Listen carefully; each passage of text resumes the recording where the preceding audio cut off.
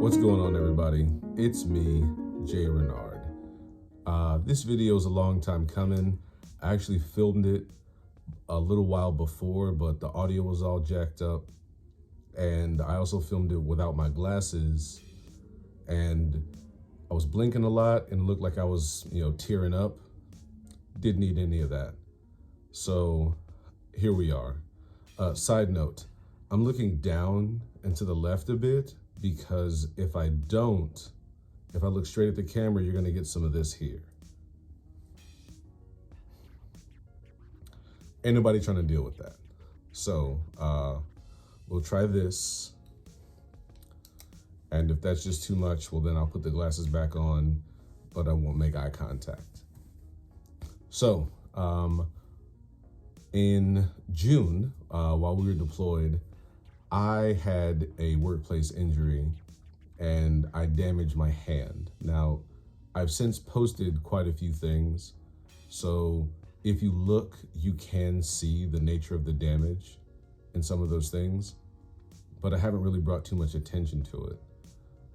But I will now, just to explain why previous videos I was far more expressive with my hands and why current videos it's less so. So I had my hand damaged in a winch on board the ship. I believe all the investigations and everything have already been done, but still, I'm not going to get into all the details of it. Long story short, my hand got caught inside the cabling, and it was my right hand, and there was some significant damage. What sort of significant damage? Well, this is my left hand, and as you can see, everything is pretty well normally formed. And here's the right hand. Doesn't look too bad, but I no longer have fingernails on these two. Crazy, right? Yep. So I was, upon initial injury, I was really surprised and a little shocked initially. But what I did was I just remembered my combat medic training, just took deep breaths, tried to keep my heart rate low, lessen the likelihood of me losing any blood. I had the hand wrapped up and squeezing everything. The surgeon was awesome. The medical team was dope. They helped me out. Had to do a whole bunch of everything. Quick story about the injury though. I knew I was gonna have to get surgery of some sort, but they couldn't put me under. They couldn't put me out under anesthesia because I had eaten recently, and I think that's something to do with you could potentially like vomit. I don't know. And if there's something in your stomach and it might go into your lungs, and since you're unconscious, you don't have the normal reaction, so you might actually choke while under anesthesia. So they elected not to do it, so I had to be awake for it. And while I was awake for it, they had numbed up the fingers using what's called a digital block, which has nothing to do with computers, has everything to do with blocking the pain receptors from sending signals to your brain from your digits. That's why it's called a digital block. And I mean, I could be down and sad and depressed, or I could crack jokes, which is exactly what I did. I let the surgeons know because I just had all these random epiphanies that I was gonna get 20% off all of my manicures for the rest of my life, because there ain't no way in hell I'm paying full price, right? I really said that during surgery. That's, for those who know me, you know I'm telling the truth. So anyway, that's what happened. It was a workplace injury. I lost the most of the fingertip on my middle two digits on my right hand. I had to relearn, and I'm still relearning how to do a lot of simple things, mostly having to do with typing and object manipulation.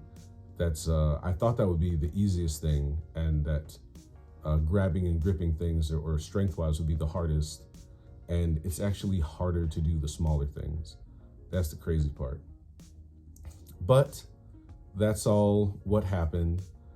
So in case anybody's wondering what happened on any of the footage that you see, or if anybody's curious about the nature of what happened with the whole injury, that's what went down. It was a workplace injury. Lost most of the fingertips on the 2 middle digits, and just moving forward from there, I just had to tell myself, as soon as it was injured and they told me I was going to have surgery, that this is the new normal. And it made it easier to mentally transition into that. So I was able to keep my spirits up. Case in point, cracking all sorts of jokes about everything during surgery, no less.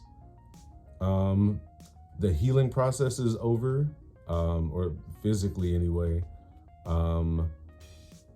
And I do also have to worry about or rather focus on the transitioning portion, because I am getting out of the military, also retiring.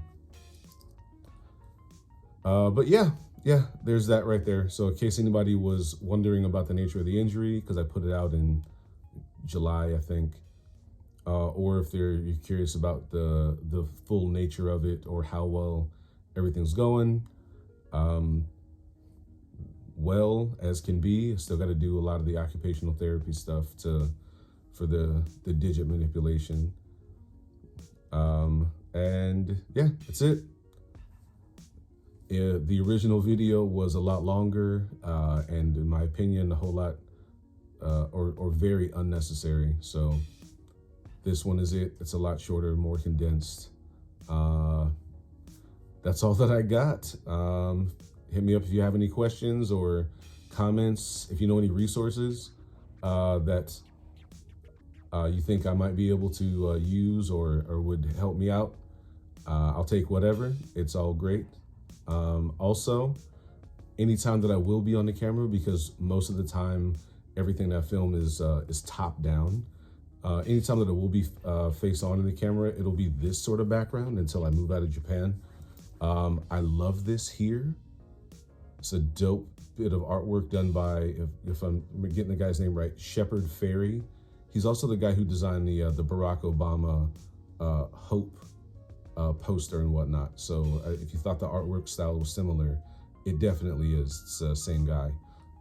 Also, yeah, Smallville fan, full-on nerd. Not gonna deny that. People who know me already know what time it is.